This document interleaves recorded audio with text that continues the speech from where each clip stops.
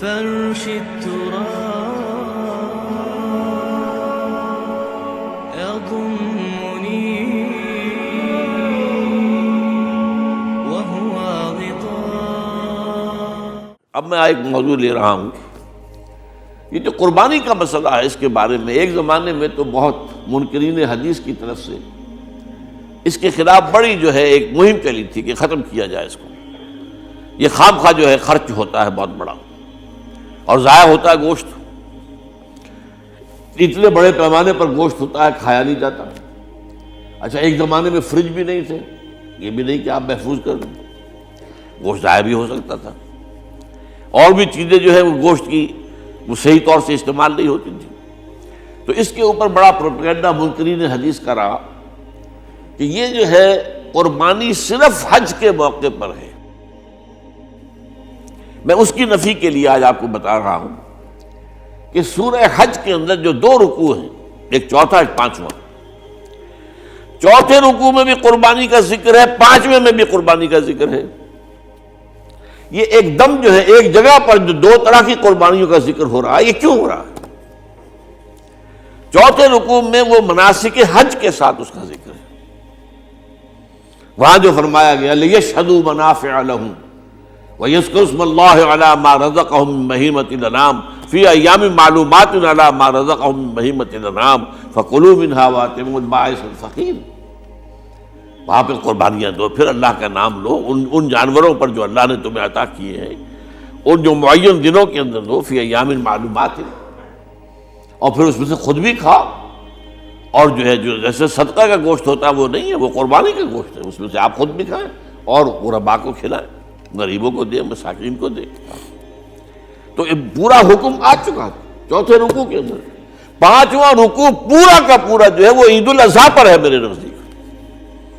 یہی حکمت صوم کے بارے میں ہے کہ وہاں جب ایک حکم تکرار کر کے آیا کہ پہلے فرما دیا گیا فَمَنْ كَانَ مِنْكُمْ مَرِيضًا أَوْ عَلَىٰ سَفَرٍ فَعِدَّةٌ مِّنْ أَيَّامٍ أُخَرَ، اگر بیمار ہو کوئی اور یہ یا کہ سفر پر ہو تو وہ تعداد دوسرے دنوں میں پوری کرے۔ پھر کیا وجہ دوبارہ آ رہا ہے؟ شہر رمضان الذی انزل فیہ القرآن ھدی للناس وبینات من الھدی والفرقان فمن شہد منکم الشہر فلیصمہ ومن کان مریضا او علی سفر فعدۃ من ایام اخر۔ کیوں؟ یہ تو ادبی اعتبار سے یہ کلام کا عیب شمار ہوتا، تکرار بلا کسی سبب کے، نہیں، سبب کے بغیر نہیں ہے۔ وہاں کیا تھا؟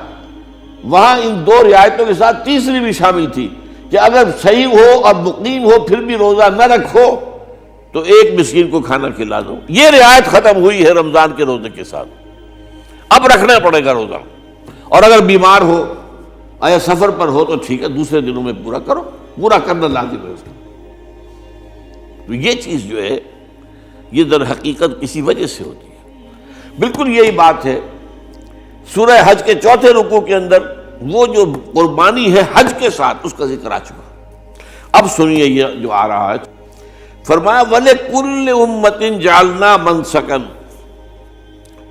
ہر امت پر ہم نے ایک جو ہے قربانی کا معاملہ نازل وہ جو ہے فرض کیا ہے۔ میں نے چونکہ آج شروع میں کہا تھا کہ صوم اور حج میں کچھ مشابہتیں ہیں۔ دیکھیے صوم کا حکم بھی آیا تھا تو کس طور سے آیا تھا؟ یا ایھا الذین آمنوا کتب علیکم الصیام کما کتب علی الذین من قبلکم لعلکم تتقون، اہل ایمان تم پر روزہ رکھنا فرض کیا گیا جیسے کہ فرض کیا گیا تھا ان پر جو تم سے پہلے تھے۔ یہاں پر اسی حوالے سے بات ہو رہی ہے کہ اے مسلمانوں، یہ قربانی صرف تم پر فرض نہیں کی جا رہی، یہ تو ہر امت پر، ہر نبی ہر رسول کی امت۔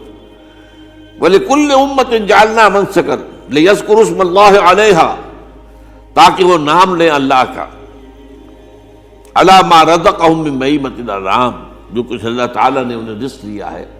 یہ چوپائے جو ہیں حیوانات قسم کے، ان پر اللہ کا نام لے کر چھری پھیری جائے، اللہ کے نام سے ان کو ذبح کیا جائے۔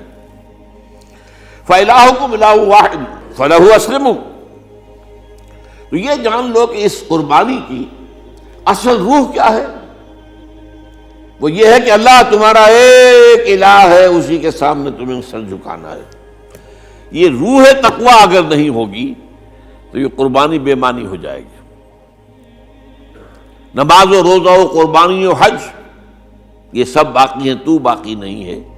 جب اللہ تعالیٰ کے ساتھ تعلق نہیں ہے تو یہ ساری چیزیں ریچولز بن جائیں گی۔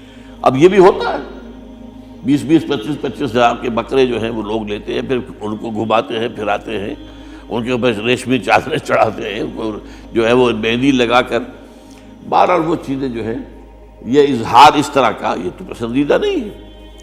تو یہ تو لوگوں کو دکھانے کی بات ہے اور اپنے پیسے کی جو ہے اپنی دولت کے اظہار کا ایک ذریعہ ہے، لیکن یہ کہ بہرحال قربانی انسان کرے اور یہ کہ اس کے اندر روح جو ہے تقویٰ کی وہ موجود ہوگی۔ فَإِلَٰهُكُمْ إِلَٰهٌ وَاحِدٌ فَلَهُ أَسْلِمُوا وَبَشِّرِ الْمُخْبِتِينَ، اور اے نبی ان لوگوں کو بشارت دے دیجئے کہ جو اللہ کے سامنے جھکے رہتے ہیں، خشوع اور خضوع کی شکل اختیار کرتے ہیں۔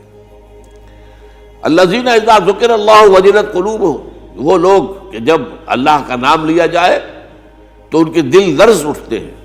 والصابرین علی ما اصابہم، اور صبر کرنے والے جبکہ اس چیزوں پر کہ جو اللہ کی طرف سے ان پر آ گئی، وہ مصیبتیں، کوئی تکالیف۔ والمقیم الصلاۃ، اور نماز کو قائم کرنے والے۔ ومما رزقناہم ينفقون، اور جو کچھ ہم نے انہیں دیا ہے اس میں سے خرچ کرنے والے۔ یہ ایک نظام ہے پورا کا پورا جو اس آیت میں بیان کر دیا گیا، اس کا ایک جز جو ہے وہ یہ بھی ہے وَلِكُلِّ أُمَّةٍ جَعَلْنَا مَنسَكًا، یہ قربانی کا معاملہ جو ہے یہ بھی ہم نے ہر امت کے اوپر فرض کیا، ہر امت جو ہے اس کے اوپر لازم کیا گیا، اور اے مسلمانوں آج تم پر بھی لازم کیا جا رہا ہے۔ وَالْبُدْنَ جَعَلْنَاهَا لَكُم مِّن شَعَائِرِ اللَّهِ، اور یہ جو قربانی کے اونٹ ہیں، یہ خاص طور پر چونکہ عرب میں تو اونٹ کی قربانی ہوتی تھی، دوسرے جانور تو وہاں کم ہوتے ہیں، اور بہرحال ان کی قیمتی متاع بھی اونٹ ہے۔ وَالْبُدْنَ جَعَلْنَاهَا لَكُم مِّن شَعَائِرِ اللَّهِ، یہ اللہ تعالیٰ کے شاعر میں سے یہ اونٹ جو ہے یہ قربانی کا اونٹ ہے، یہ مکے لے جایا جا رہا ہے، یا یہ بکرے اور یہ مینڈے جو ہیں یہ قربانی کے ہیں، یہ وہاں جا رہے ہیں، تو یہ بھی گویا کہ ایک طرح سے اللہ کی نشانیاں بن جاتی ہیں۔ ان کے حوالے سے اللہ تعالیٰ کا ایک تصور اور اللہ تعالیٰ کے ساتھ ایک ذہنی رشتہ قائم ہوتا ہے۔ لیکن فیہا خیر، تمہارے لیے اس میں خیر ہے، بھلائی ہے۔ چنانچہ جب وہ جاتے تھے حج کے لیے تو جو بھی ان کے ساتھ دودھ دینے والا جانور ہے، قربانی کی نیت ہے لیکن دودھ جو ہے اس کا استعمال کر سکتے ہیں درمیان میں، اور بھی کوئی اگر ان کی کوئی چیزوں سے فائدہ اٹھانا ہو، لکم فیہا خیر۔ فاذکروا اسم اللہ علیہا، تو اب ان کا اللہ کا نام لو اس کے اوپر، صواف، صفیں باندھ کر وہ اونٹ کھڑے ہوتے ہیں اور ان کو نحر کیا جاتا ہے۔ آپ کو معلوم ہے ذبح نہیں ہوتا اونٹ، اتنا بڑا جانور ہے، گردن کتنی موٹی ہے، اس کا ذبح کرنا بڑا مشکل ہے، نحر کہتے ہیں اس کو۔ کھڑا ہے اونٹ اور ایک برچھا، چھوٹا سا برچھا ہے جو اس کے یہاں گردن کے یہ جہاں آ کر دونوں ہنسلیاں ملتی ہیں وہاں پر مارا جاتا ہے، اور یہاں سے جو بہت بڑی وین ہے وہ در حقیقت ایورٹا، وہ جو ہے ختم ہوتا ہے، تو وہاں سے خون کا پھر فوارہ آتا ہے، اور اس کے بعد پھر وہ اونٹ کھڑا کھڑا وہ رفتہ رفتہ اس کا جب خون نکل جاتا ہے تو وہ کمزور ہو کر نیچے گر جاتا ہے۔ یہ نہر ہے۔